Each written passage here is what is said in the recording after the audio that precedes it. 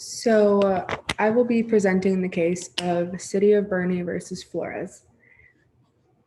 This happened in 1991 in the town of Bernie, Texas. So, the Archbishop, Patrick Flores, he was trying to reconstruct a new, bigger church because this specific church was gaining more popularity and more members wanted to attend. In order for this to happen, the small church had to be knocked down and rebuilt to be 3 times its size.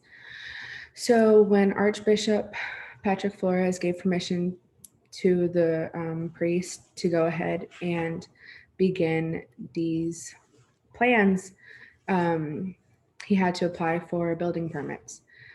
These building permits were denied by the city, and the city stated that the existing church was covered by a historic preservation program, and the church was deemed a historic landmark.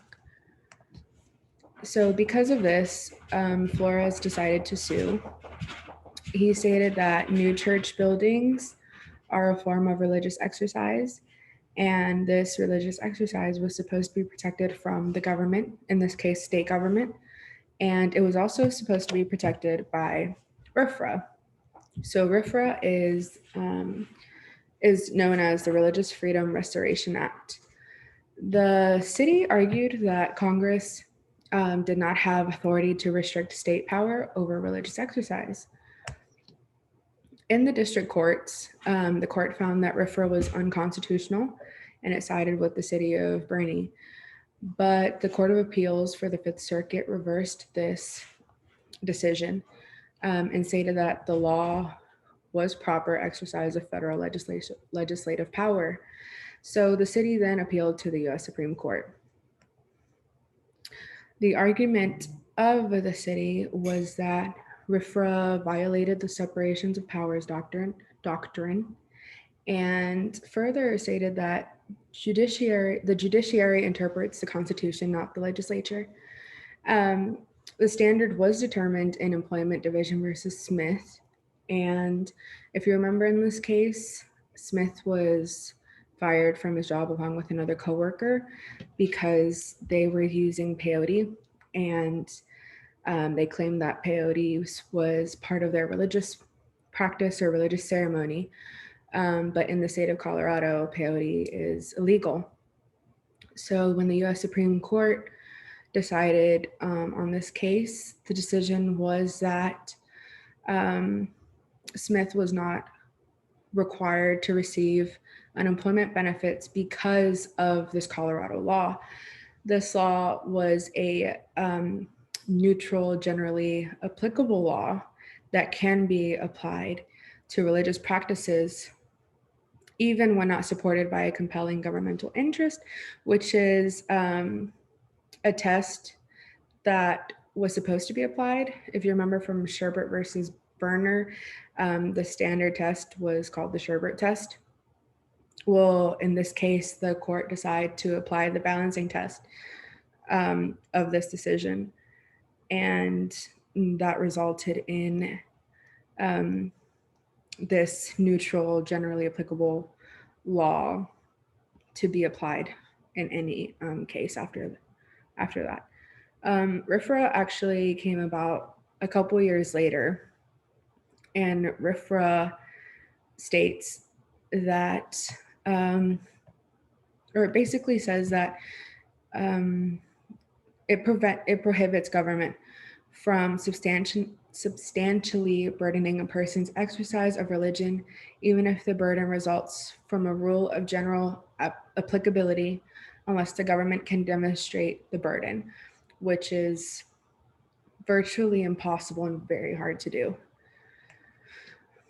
So the argument of the respondent was that the 14th Amendment authorizes Congress to pass laws that prohibit states from infringing on various constitutional guaranteed liberties. RFRA provides additional protections for religious exercise that the Constitution does not guarantee, and further states that The law does not violate the judiciary's authority to interpret the Constitution.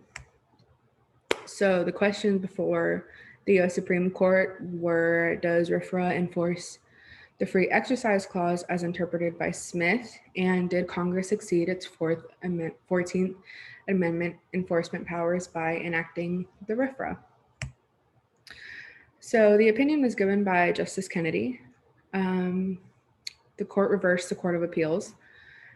He stated, and I quote, "In Smith, we held that a neutral, generally applicable law consistent with the Free Exercise Clause need not be justified by a compelling governmental interest."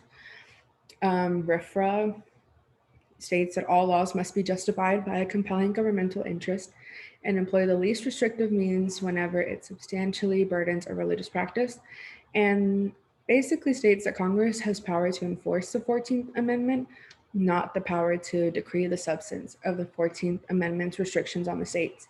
And to put that in simpler terms, the court decided that Congress has been given the power to enforce the Constitution, not the power to determine what constitutes a constitutional violation. That is in the hands of the state. So Justice Stevens concurred and stated that RFRA violates the First Amendment. In his statement, he gave an example that that basically said that if this church wasn't a church, so let's say it was a museum, for example, and it was owned by an atheist, this museum and the atheist would not be exempt from the laws that the state already had in place. But because this is a church and religion is included in this case, the law sees the two cases as different. When Justice Stevens declares that it isn't, no one should be exempt from state law because it was already in place before. So that's why he says it violates the First Amendment. And then Justice Scalia concurred in part and actually responded to Justice O'Connor's dissent, which I will get into in the next slide. She states that the Free Exercise Clause interpretation was more consistent in the Smith case than with the dissent's understanding. And she basically says that Justice O'Connor is obviously dissenting from the court's opinion, and Scalia states that Justice O'Connor is not interpreting the Free Exercise Clause the way it's supposed to be interpreted. Rather, she misunderstands what the Free Exercise Clause actually protects.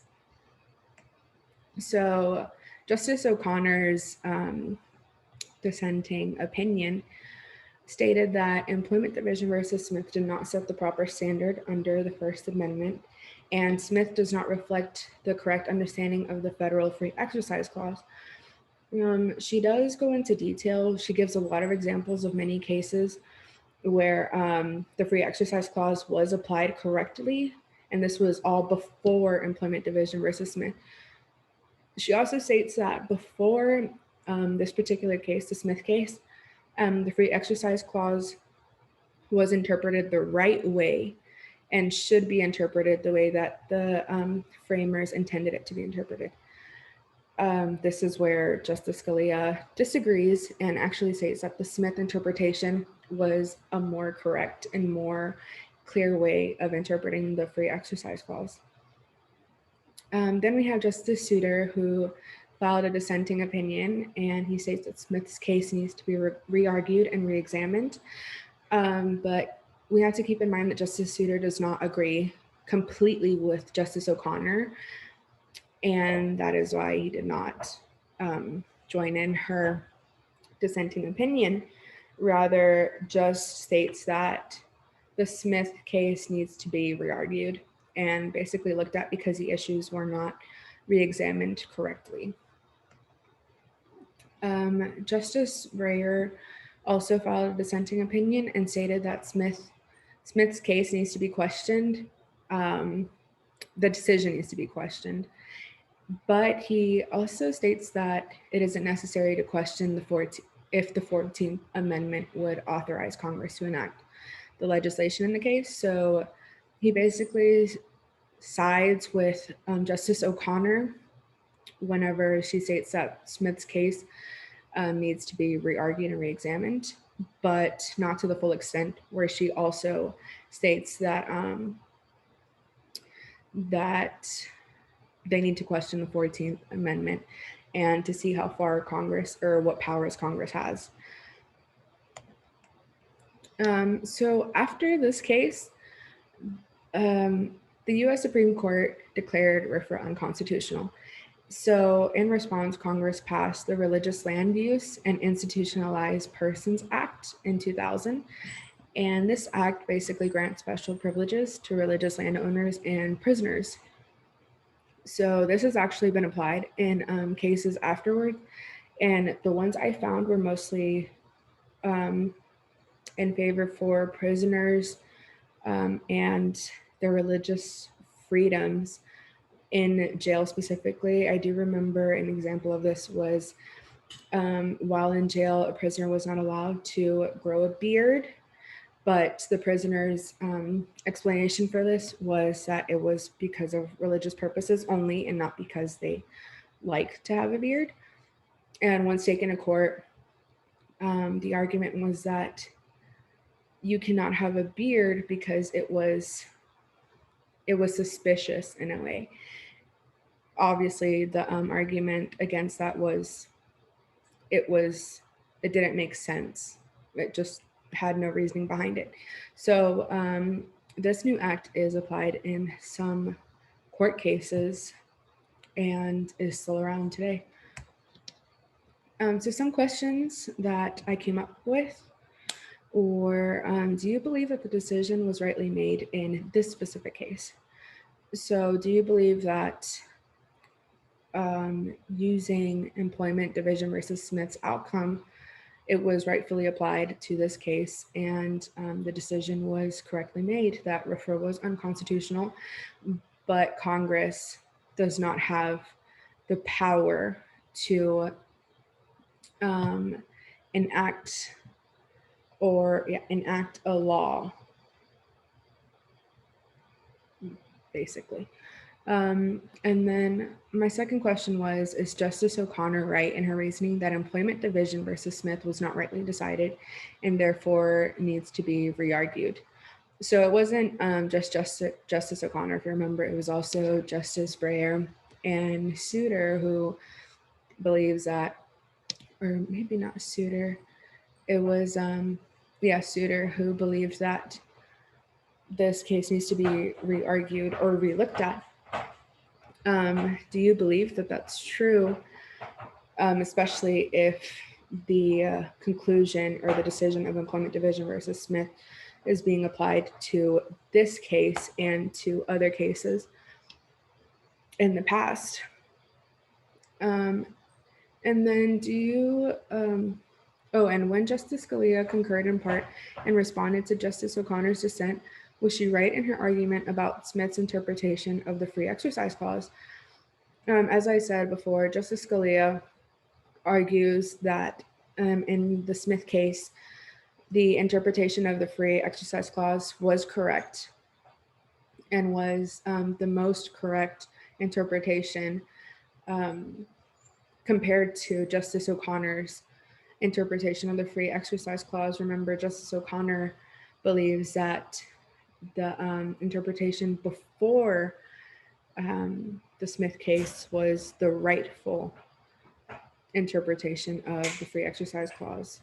But after, O'Connor believes that it just, the Free Exercise Clause was not interpreted correct, and RFRA actually caused a very dangerous standard for religious freedom all over. This is my works cited, and that is the case of City of Boerne versus Flores.